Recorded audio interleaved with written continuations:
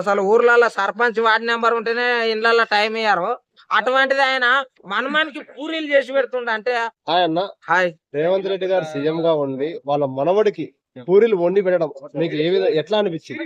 నిజం చెప్పాలంటే ఒక రాష్ట్రాన్ని నడిపిస్తున్న వ్యక్తి ఒక బాధ్యత గల పదవిలో ఉండి ఒక సీఎం గా ఉండి ఎంత బిజీ అంటే అసలు ప్రజల కోసం ఆలోచిస్తూ ఒక పక్క ఒక పక్కనేమో ఒక వాళ్ళ మనమడు మారం చేసిండని వాళ్ళ మనమానికి పూరీలు చేస్తే ఉంటే ఆయన సైజు పెద్దగా ఉండాలి, మా అమ్మమ్మ కావాలి, మా అవ్వ కావాలి అని చెప్పేసి ఆయన అడిగి అడిగి పూరీలు చేపించుకుంటుండంటే నాకైతే చాలా అంటే చాలా అద్భుతంగా అనిపించింది. అంటే అసలు ఇంట్లో వాళ్ళకు కూడా వాళ్ళకు టైం ఇచ్చుకుంటా మళ్ళీ ప్రజల సేవలో ఉంటూ ప్రజల కోరికలు తీరుస్తూ ప్రజా సేవలో వాళ్ళకు ఏం కావాలనో ఆ పథకాలు నెరవేరుస్తూ ఆయన ఒక పక్క మళ్ళీ ఫ్యామిలీ దగ్గర ఉంటున్నా అంటే అది చాలా అంటే చాలా రాసి పెట్టారు ఉండాలి నిజంగా. అంటే అసలు ఊర్లలో సర్పంచ్ వార్డు నెంబర్ ఉంటేనే ఇళ్ళల్లో టైం ఇయ్యారు.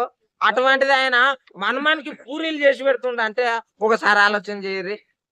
ఆయన ఎంత దిమాగ్ తోటి ఆయన ఎంత బాధ్యతగా ఇంట్లో ఉంటుండడు, బయట రాష్ట్రాన్ని నడిపిస్తున్నాడు. ఆలోచన చేయండి. సూపర్ కదా. చూస్తుంటే జైలర్ లో షూ పాలిష్ చేస్తాడు చూడు, అది గుర్తు. నాకు కూడా అదే అనిపించింది.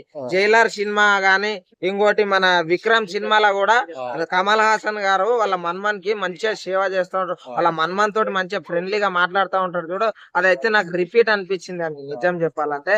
ఆ జైలర్ మూవీలో కూడా ఆయన షూ పాలిష్ చేస్తూ వాళ్ళ మన్మన్ తోటి ఎంత టైం ఇస్తాడండి అట్లా అనిపించింది. కానీ వాళ్ళు కూడా ఒక పదవులలోనే ఉంటారు. ఏంటంటే అది కోల్పోయి ఉంటారులే అందుట్లో.